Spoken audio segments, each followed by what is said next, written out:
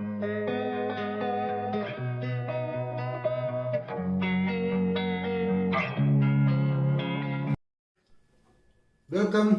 To my channel road to history.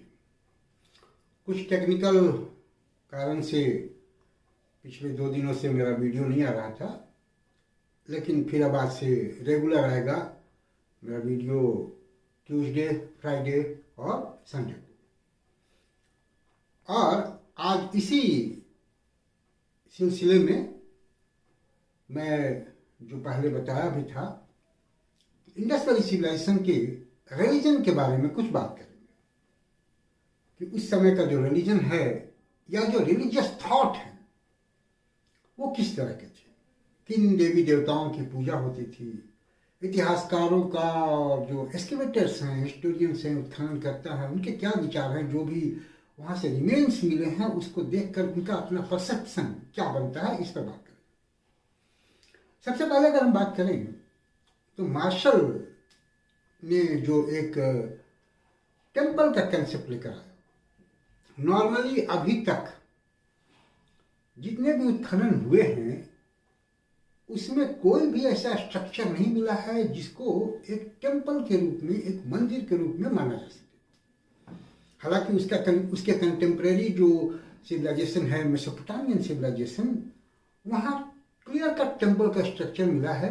उस तरह का कोई स्ट्रक्चर अभी तक हड़प्पन सिविलाइजेशन के किसी भी सेटलमेंट से प्राप्त नहीं हुआ है। हालांकि मार्शल का कहना है कि मोहनजोदाड़ो के एचआर एरिया में एक स्ट्रक्चर मिला है जो है तो बिल्कुल छोटा ही है, जिसमें एंट्रेंस गेट भी है, स्टेयर्स भी हैं और 2 पत्थर की मूर्तियां भी मिली है। और उसके पास ही एक कॉलेजिएट होम, एक आवास मिला है जिसको वो पुरोहितों का आवास कहते हैं। और इस स्ट्रक्चर को वो एक टेम्पल के रूप में आइडेंटिफाई करना चाहते हैं या आइडेंटिफाई करते हैं। जो मोहनजोदाड़ो का फोर्टिफाइड एरिया है, वहीं पर बाद में कुषाण काल में कुछ स्तूप वगैरह बनाए गए। तो ऐसा माना गया कि, या कुछ इतिहासकारों का मानना है कि मे भी हड़प्पन सिविलाइजेशन के टाइम में वहां पर भी कोई रिलीजियस या सेक्रेट प्लेस रहा होगा।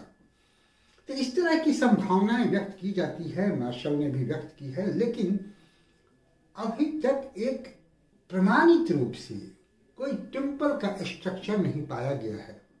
कुछ इतिहासकार तो ये भी मानते हैं कि मंदिर जो है वो शायद लकड़ियों के बनते होंगे, इसलिए वो अब नष्ट हो गए, वो खत्म हो गए और इसलिए कोई मंदिर का स्ट्रक्चर नहीं पाया जाता है। लेकिन जब तक हमको कोई क्लियर कट एविडेंस नहीं मिल जाता है एक्सकेवेशन से, तब तक ये मानना बड़ा मुश्किल है कि इंडस वैली सिविलाइजेशन में कोई टेम्पल था या नहीं था। विशाल स्नानागार, द ग्रेट बाथ, ये भी एक अलग रिलीजियस कंसेप्ट को सामने लाता है।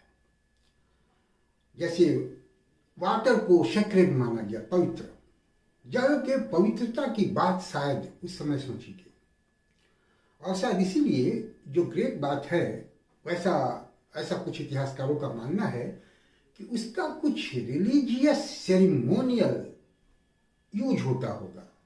किसी न किसी रिलीजियस सेरेमनी को, धार्मिक उत्सव को मनाने के लिए लोग सामूहिक स्नान करते होंगे, इसलिए कि वहाँ पुरोहितों के भी कुछ आवास पाए गए हैं, कुछ चेंजिंग रूम्स भी पाए गए हैं जहाँ में भी महिलाएं स्नान करती होंगी तो चेंज करती होंगी, और भी बहुत सारे कंसेप्ट उससे जुड़े हुए हैं। तो ऐसा माना जाता है कि उसका कोई रिलीजियस इस्तेमाल होता होगा। वाटर के सीक्रेट होने पर, पानी की पवित्रता पर शायद उनको विश्वास था। और ये जो विश्वास है ये आज तक शायद कैरी ऑन हो रहा है। अभी भी हमारे देश में संगम में स्नान करने का कंसेप्ट है, या फिर बहुत सारे इस तरह के उत्सव आते हैं जिसमें गंगा स्नान लोग करते हैं। बिहार में, झारखंड में, ईस्टर्न उत्तर प्रदेश के भी कुछ पार्ट में शायद छठ पूजा मनाया जाता है जिसमें सामूहिक स्नान का कंसेप्ट है। तो ये वाटर के सेक्रेड होने का जो कंसेप्ट है वो maybe Indus valley civilization में भी था, जो आज तक कैरी ऑन हो रहा है। और अभी भी हम बहुत सारी नदियों को माता का दर्जा देते हैं, उसके जल को, गंगा के जल को पवित्र मानते हैं। तो ये पवित्रता का जो कंसेप्ट है वो उस समय भी शायद रहा होगा और आज भी है। और ये जो जल का कंसेप्ट है, पवित्र जल का, ये मंदिरों से या धर्म से बहुत जुड़ा हुआ है। आज भी हम जो भी द्रविडियन स्टाइल ऑफ आर्किटेक्चर है, जो द्रविडियन टेम्पल बने हुए हैं, मोस्टली हम देखते हैं कि मंदिरों के पास एक तालाब, एक टैंक या पॉन्ड बना होता है। तो ये भी एक उसी परंपरा को, एक उसी सोच को दर्शाता है कि मंदिर के आसपास कोई तालाब वगैरह पाया जाता है, मतलब कि जल को एक रिलीजियस सेक्रेडनेस, एक पवित्रता से जोड़ा गया है। रिलीजन से जुड़ा हुआ जो एक तीसरा कंसेप्ट है वो मदर गॉडेस का कंसेप्ट है। हालांकि मदर गॉडेस का कंसेप्ट सिर्फ हड़प्पन सिविलाइजेशन से जुड़ा हुआ नहीं है। प्राचीन काल की जितनी भी सभ्यताएं हैं उसके कंटेम्प्रेरी, वहाँ मदर गॉडेस का कंसेप्ट था। हड़प्पा, मोहनजोदाड़ो, चहुदाड़ो से बहुत सारी मदर गॉडेस की मृण मूर्तियाँ मिली है, जिनमें ये दर्शाया गया है कि जो मुँह में कि जो आकृतियाँ हैं, जो फिगरिंग्स हैं, वो फिगरिंग जैसे इयरिंग्स पहनी हुई हैं, गले में लटकते हुए हार पहने हुए हैं, तो इस तरह की मूर्तियाँ दर्शाई गई है। और कुछ ऐसी हैं जिनके राइट और लेफ्ट साइड में एक दिया बना हुआ है और जिसमें कालिख भी लगी हुई है। तो मकाई का मानना है कि शायद इसका इस्तेमाल दिए के रूप में भी होता होगा। एक ऐसी भी फिगरिंग मिली है जिसमें माँ और शिशु, बच्चे को भी दिखाया गया है। तो यह भी एक मदर गॉडेस के कंसेप्ट को दर्शाता है। तो मदर गॉडेस का कंसेप्ट उस समय हड़प्पन सिविलाइजेशन में था और मातृ देवी की पूजा लोग करते थे। बलूचिस्तान एरिया में जो कुली कल्चर था, कुली कल्चर में मदर गॉडेस को एक सौम्य रूप में, एक सॉफ्ट भाव में दिखाया गया है। उसी वहीं पर बलूचिस्तान में ही झोब कल्चर में जो मदर गॉडेस को दिखाया गया है वो रौद्र रूप में, एंगर के रूप में दिखाया गया। मतलब मदर गॉडेस को दो रूपों में दर्शाया गया है बलूचिस्तान एरिया में, दो कल्चर में अलग अलग रूप में, एक सौम्य रूप, एक रौद्र रूप। वहीं बलूचिस्तान में ही मुंडी गाक में जो सौम्य रूप दर्शाया गया है मदर गॉडेस का, हड़प्पन सिविलाइजेशन में मदर गॉडेस का जो रूप है वो मुंडी गाक के रूप से एक समानता है, एक सिमिलरिटी है। अर्थात हड़प्पन सिविलाइजेशन में भी मदर गॉडेस को एक सॉफ्ट फॉर्म में, एक काइंड फॉर्म में, एक सौम्य रूप में दिखाया गया है, रौद्र रूप में नहीं दिखाया गया। हड़प्पन सिविलाइजेशन में नहीं बल्कि इस समय मेसोपोटामिया में, फिर अनातोलिया में भी मदर गॉडेस की पूजा होती थी। बहुत सारी जगहों पे मदर गॉडेस की पूजा होती थी। तो एक मदर गॉडेस का स्ट्रॉन्ग कंसेप्ट उस समय था जो हमको हड़प्पन सिविलाइजेशन में उनके फिगरिंग जो मिलते हैं उससे हमको ये लगता है कि लोग मदर गॉडेस की पूजा करते थे। मृण मूर्तियों के अलावा मुद्राओं पर भी कुछ इस तरह के अंकन हैं, कुछ मदर गॉडेस को अंकित किया गया है और पावर ऑफ फर्टिलिटी के रूप में। जैसे हड़प्पा से एक मुद्रा मिली है, उसमें एक फीमेल को सिर के बल दिखाया गया है और उनको पावर ऑफ फर्टिलिटी के रूप में प्रोड्यूस किया गया है या दर्शाया गया है उनको। जैसे ऐसा लगता है जैसे पृथ्वी हो और जैसे पृथ्वी में पावर ऑफ फर्टिलिटी है, उसको शायद दर्शाने का प्रयास किया गया है। तो मदर गॉडेस को एक उर्वरा शक्ति के रूप में, एक पावर ऑफ फर्टिलिटी के रूप में भी लोग उसकी पूजा, उनकी पूजा करते थे, उनको मानते थे हड़प्पा सभ्यता में, ऐसा हम कह सकते हैं। मदर गॉडेस के अलावा शिव की उपासना की जाती थी, आदि शिव हम उनको कह सकते हैं। जैसे मोहनजोदाड़ो से एक कॉइन मिला है, एक मुद्रा मिली है मार्शल ने, जिसका सर्वे किया और जिसके बारे में बताया कि एक कोई मेल है जो योग मुद्रा में एक चौकी पर बैठे हुए हैं, जिनके 3 मुख को दर्शाया गया है, त्रिमुखी वो हैं, और उनके राइट साइड में हाथी और बाघ और लेफ्ट साइड में गेंडा और बफेलो को दिखाया गया है। और उसके नीचे दो डियर, दो हिरन दिखाए गए, मतलब वो पशुओं से घिरे हुए हैं। तो ऐसा माना गया कि वो पशुपति के देवता अर्थात पशुपति हैं। तो पशुपति का कंसेप्ट उस मुद्रा को देखकर मार्शल ने कहा कि ये आदि शिव हैं जो पशुओं के देवता हैं, और पशुपति के रूप में उनकी पूजा उस समय की जाती थी। आज भी शिव को पशुपति कहा जाता है। पशुपति जैसे अगर हम काठमांडू में जो पशुपतिनाथ का मंदिर है उसमें शिव की ही पूजा होती है और शिव को पशुपति के रूप में माना जाता है। तो हम कह सकते हैं कि शिव का आदि रूप जो है वो जो कॉइन पर दर्शाया गया है वो एक आदि रूप में दर्शाया गया है, और उसमें ये भी दर्शाया गया है कि उनको हॉर्न है, सिंह है। तो शिव को सिंह भी दर्शाया गया मार्शल के अनुसार। तो वो योग मुद्रा में चौकी पर बैठे हुए हैं, उनके सर पे सिंह है और जानवरों से घिरे हुए हैं। तो इस तरह से उनको शिव पशुपति का नाम मार्शल के अनुसार होना चाहिए, या शिव का वो आदि रूप होने चाहिए, ऐसा माना गया है। साहित्य में भी शिव को त्रयंबक, त्रिमुखी वगैरह कहा गया है, या योगेश्वर भी कहा गया है। और ये जो आकृति मिली है वो भी योग मुद्रा में है, नंबर 1। नंबर 2, त्रिक, TRI के त्रिक का जो कंसेप्ट है वो शायद उस समय मेसोपोटामिया में भी था और भारत में भी था।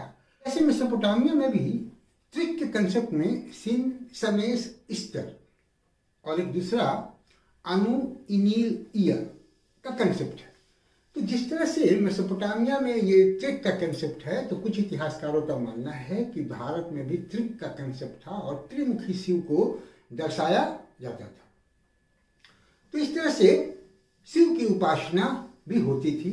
एक कॉपर प्लेट पर भी एक आकृति मिली है जिसमें एक पुरुष है जिसके हाथ में तीर धनुष दिखाया गया है। तो कुछ लोग बाद में जो शिव का एक किरात अवतार था उससे उसको जोड़कर देखते हैं और ये मानते हैं कि वो शिव की ही आकृति है। ठीक उसी तरह से बहुत सारी मुद्राओं पर मोहनजोदाड़ो से या दूसरे जगहों से मिली है जिसमें हॉर्न, श्रृंग युक्त पशुओं को दिखाया गया है।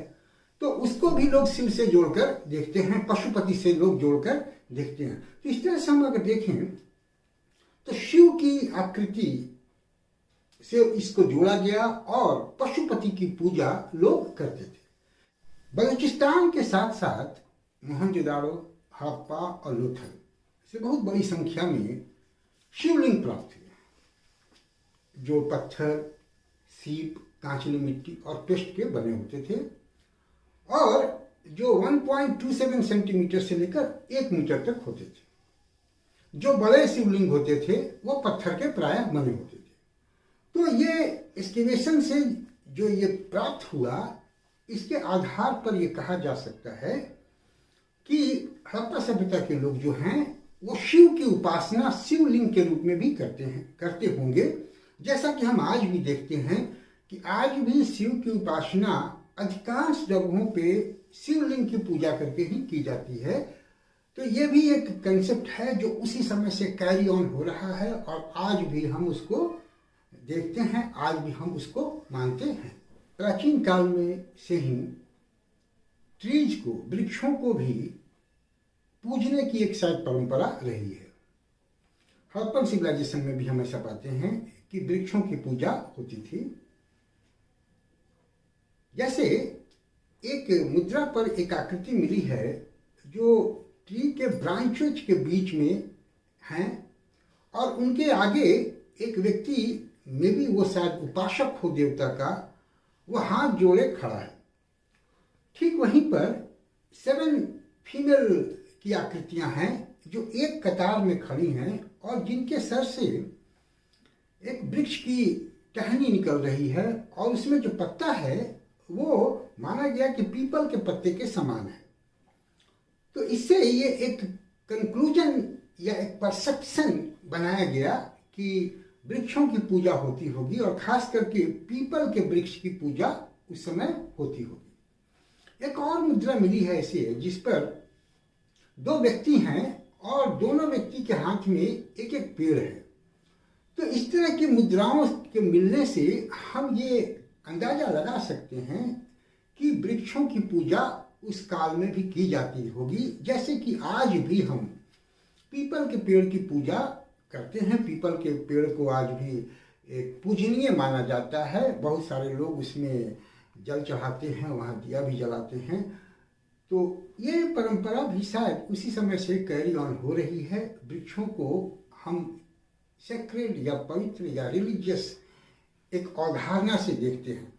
ट्राइबल एरिया में अगर हम जाएं तो आज भी ट्राइबल एरिया में वृक्षों को एक देवता के रूप में माना जाता है और देवता के रूप में उसकी पूजा की जाती है। तो ये सिंधु घाटी सभ्यता की ही एक लिगेसी है जो अभी तक चली आ रही है। मार्शल ने अलग अलग मुद्राओं का अध्ययन करके ये बताया है कि वृक्षों की पूजा दो रूप में होती थी, एक जीवंत रूप में, लाइवली रूप में, और एक नेचुरल प्राकृतिक रूप में। और इसी प्रकार से भरहुत और सांची में भी देखा गया कि वृक्षों को इन्हीं दो रूपों में वहां दर्शाया गया है, जीवंत रूप में भी और प्राकृतिक रूप में। तो इस तरह से अगर हम देखें तो वृक्ष जो है, ट्री जो है, वो रिलीजियस कंसेप्ट में एक इम्पॉर्टेंट स्थान रखते हैं हड़प्पन सिविलाइजेशन में, इंडस वैली सिविलाइजेशन में। हड़प्पा सभ्यता के बहुत सारे मुद्राओं से पशुओं की आकृति मिली है। कई मुद्रा पर मिश्र पशु की आकृति मिली है, कुछ पर एक सिंग वाले वन हॉर्न्ड एनिमल की आकृति मिली है, कहीं हम्प्ड बुल की आकृति मिली है। तो इतने बड़े पैमाने पर पशुओं की आकृति का मिलना इस बात को दर्शाता है कि कुछ एनिमल ऐसे होंगे जो रिलीजियस वैल्यू के होंगे, उनका एक धार्मिक महत्व होगा और लोग उनकी भी पूजा करते होंगे, ऐसा हम मान सकते हैं। और आज भी हम देखते हैं कि पशुओं का वही इम्पोर्टेंस है, कुछ पशुओं का बहुत इम्पोर्टेंस है। जैसे बहुत सारे हमारे जो देवी देवता हैं उनके वाहन पशु ही हैं, जैसे विष्णु के गरुड़ हैं, इंद्र के हाथी हैं। और इसी प्रकार शायद उस समय भी पशु या तो देवी देवता के वाहन रहे होंगे या इंडिपेंडेंट रूप में पशुओं की पूजा होती होगी। आज भी हम अगर देखें तो नंदी की पूजा होती है, विभिन्न मंदिरों में नंदी की भी मूर्तियां होती है और उनकी भी पूजा की जाती है। तो ये जो एक पशुओं की पूजा करने का कंसेप्ट है वो उस समय भी रहा होगा और अब भी वो कैरी ऑन हो रहा है, ऐसा हम कह सकते हैं। वैसे तो नाग पूजा का बहुत ज़्यादा उदाहरण नहीं मिलता है हमको, लेकिन कुछ उदाहरण मिले हैं जिसके आधार पर ये हम कह सकते हैं कि शायद नागों की भी पूजा होती होगी। लोथल से तीन पॉट्री ऐसे मिले हैं जिन पर दो दो स्नेक सांपों को दर्शाया गया है। और मोहनजोदाड़ो से भी एक मुद्रा ऐसी मिली है जिस पर एक देवता है और जिसके दोनों तरफ एक एक सर्प दर्शाए गए हैं। तो ऐसा माना गया कि शायद नागों की भी पूजा होती होगी। और अगर हम ये मान लें कि नागों की पूजा उस समय होती होगी तो आज भी भारत के कुछ क्षेत्रों में नाग पंचमी मनाई जाती है। तो ये परंपरा भी शायद वहीं से अभी चली आ रही है, ऐसा हम कह सकते हैं। इसके अलावा कुछ इतिहासकार ये भी मानते हैं कि मे भी एक बलि प्रथा भी उस समय रही हो। कालीबंगा का जो फोर्टिफाइड एरिया है वहाँ एक प्लिंथ, एक चबूतरा मिला है जिस पर एक वेल बना हुआ है, एक अग्नि कुंड, अग्नि वेदिका बनी हुई है और उसके आसपास में एक्सकेवेशन से एनिमल्स के बोन्स मिले हैं और हिरन के सिंग, हॉर्न भी मिले हैं। इसको देखकर कुछ इतिहासकारों ने यह अनुमान लगाया कि मे भी एक बलि प्रथा भी उस समय रही होगी। कालीबंगा में ही दूसरे जगहों पर भी इस तरह के चबूतरे मिले हैं, बड़े बड़े चबूतरे मिले हैं, जिस पर एक चबूतरे पर 7 अग्नि कुंड भी पाए गए हैं। कुछ जगहों पे चबूतरे के आसपास पुजारियों के भी निवास स्थान पाए गए हैं। तो ऐसा माना गया कि ये जो चबूतरे थे उनका कोई रिलीजियस इंपॉर्टेंस रहा होगा, एक धार्मिक महत्व रहा होगा। ठीक इसी प्रकार के चबूतरे मोहनजोदाड़ो में भी प्राप्त हुए हैं, अन्य जगहों पर भी प्राप्त हुए हैं, लेकिन मोहनजोदाड़ो या हड़प्पा में जो चबूतरे प्राप्त हुए हैं उसके बारे में इतिहासकारों का मानना है कि वो मुख्य रूप से फ्लड से बचाव के लिए बनाया गया होगा। लेकिन चहूदाड़ो में चूंकि फ्लड का कोई कंसेप्ट नहीं था, इसलिए वहां उसका रिलीजियस महत्व रहा होगा। तो अगर हम इसको दूसरे तरह से देखें तो अगर एक जगह पर उस चबूतरे का इंपॉर्टेंस रिलीजियस है तो फिर दूसरे जगह पर उसका रिलीजियस क्यों नहीं है? या हम यूं कहें कि हो सकता है कि जो कालीबंगा के लोग हैं उन्होंने मोहनजोदाड़ो या हड़प्पा की जो टाउन प्लानिंग का स्टाइल था उसको हूबहू कॉपी किया हो और इसीलिए वहाँ चबूतरे बनाए गए हों और वहाँ भी उसका कोई रिलीजियस इंपॉर्टेंस नहीं रहा हो। तो इस तरह से हम अलग अलग परसेप्शन से इसको देख सकते हैं। लेकिन अगर इतिहासकारों की बात माने कि वहाँ बोन्स वगैरह मिले हैं तो हो सकता है कि उसका उपयोग जो है वो बलि प्रथा के लिए होता होगा। ऐसा भी माना गया कि स्वास्तिक का निशान जो है वो धार्मिक महत्व का था हड़प्पन सिविलाइजेशन में, ये भी मानना है लोगों का, और जो उसी समय से अभी तक चला आ रहा है उसको लोग सूर्य पूजा से भी जोड़कर देखते हैं। और एक दूसरा कंसेप्ट लाइफ आफ्टर डेथ का कंसेप्ट भी लोग शायद मानते थे, क्योंकि बहुत सारे जो शव पाए गए कब्र में उनके साथ मिट्टी के बर्तन पाए गए हैं। लोथल में कई ऐसे शव मिले हैं जिसमें दो दो शव को एक साथ दफनाया गया है। तो कुछ लोगों का तो यह भी मानना है कि अगर वो दो शव में से एक स्त्री और एक पुरुष का शव है तो शायद ये कंसेप्ट भी रहा होगा कि पति के मरने के बाद पत्नी भी अपने जीवन का अंत कर देती होगी। ऐसा भी कुछ लोगों का एक परसेप्शन है, ऐसा भी लोग मानते हैं। लेकिन एटलीस्ट हम ये मान सकते हैं कि लाइफ आफ्टर डेथ का कंसेप्ट हड़प्पन सिविलाइजेशन में भी रहा होगा, जैसा कि शवों के साथ जो पॉटरीज वगैरह मिले हैं इसके आधार पर हम ये अंदाजा लगा सकते हैं। अगर हम मदर गॉडेस की बात करें तो मदर गॉडेस का कंसेप्ट कुछ जगहों पे बड़ा स्ट्रांग है और कुछ जगहों पे वो उतना स्ट्रांग नहीं लगता है। जैसे लोथल में, रोपड़ में, अमरी में, आलमगीरपुर में, इस तरह के जो कुछ जगह हैं वहाँ हम कम पैमाने पर या वहाँ मदर गॉडेस की फिगरिंग हमको कम मिलती है, दूसरे जगहों पे ज़्यादा मिलती है। तो इतिहासकारों का ये मानना है कि मे बी जोग्राफिकल जो एक जगह का जो बदलाव होता था, जो जोग्राफिकल कंडीशन था या जो जोग्राफिकल एक्सटेंशन था, उसके हिसाब से जो रिलीजियस कंसेप्ट है उसमें भी शायद कुछ वेरिएशन आता होगा। कुछ जगहों पे मदर गॉडेस ज़्यादा स्ट्रांग थी और कुछ जगहों पे उतना स्ट्रांग नहीं थी, इसलिए वहाँ फिगरीन कम मिलते हैं, ऐसा कुछ इतिहासकार कंक्लूड करते हैं। इस तरह से अगर हम देखें तो हड़प्पन सिविलाइजेशन में पशुपति शिव, मदर गॉडेस, फिर एनिमल्स, नाग और ट्रीज की पूजा होती थी। आज के संदर्भ में अगर हम कहें तो जैसा मैं पहले भी बताया बीच बीच में, आज भी ये सारे जो रिलीजियस देवी देवता हैं या पेड़ पौधे हैं उनको हम रिलीजियस मानते हैं और आज भी उनका किसी न किसी रूप में हम पूजा करते हैं। आज भी शिव की पूजा होती है, शिवलिंगम की पूजा होती है। मदर गॉडेस की अगर बात करें हम तो आज भी हम माँ दुर्गा, माँ काली, माँ लक्ष्मी, माँ सरस्वती की पूजा करते हैं, मदर गॉडेस की तरह ही पूजा करते हैं। आज भी पीपल के पेड़ का एक रिलीजियस महत्व है। आज भी हम जो ग्रेट बाथ का कंसेप्ट है, जो सामूहिक स्नान का कंसेप्ट है, उसको हम मानते हैं। नाग पंचमी आज भी कहीं कहीं मनाई जाती है। पशुओं की पूजा हम आज भी करते हैं, जैसा मैं पहले भी बताया कि नंदी की पूजा अभी भी होती है। तो एक तरह से हड़प्पन सिविलाइजेशन की जो रिलीजियस लेगेसी है, वो उसकी देन है, वो आज भी कंटिन्यू हो रही है, ऐसा हम कह सकते हैं। तो हड़प्पन सिविलाइजेशन के रिलीजन के बारे में आज इतना ही। उम्मीद है कि आपको ये अच्छा लगेगा। आपको अच्छा लगे तो इसको देखिए, लोगों को सजेस्ट कीजिए। Thank you for watching me. See you in the next class with a new topic.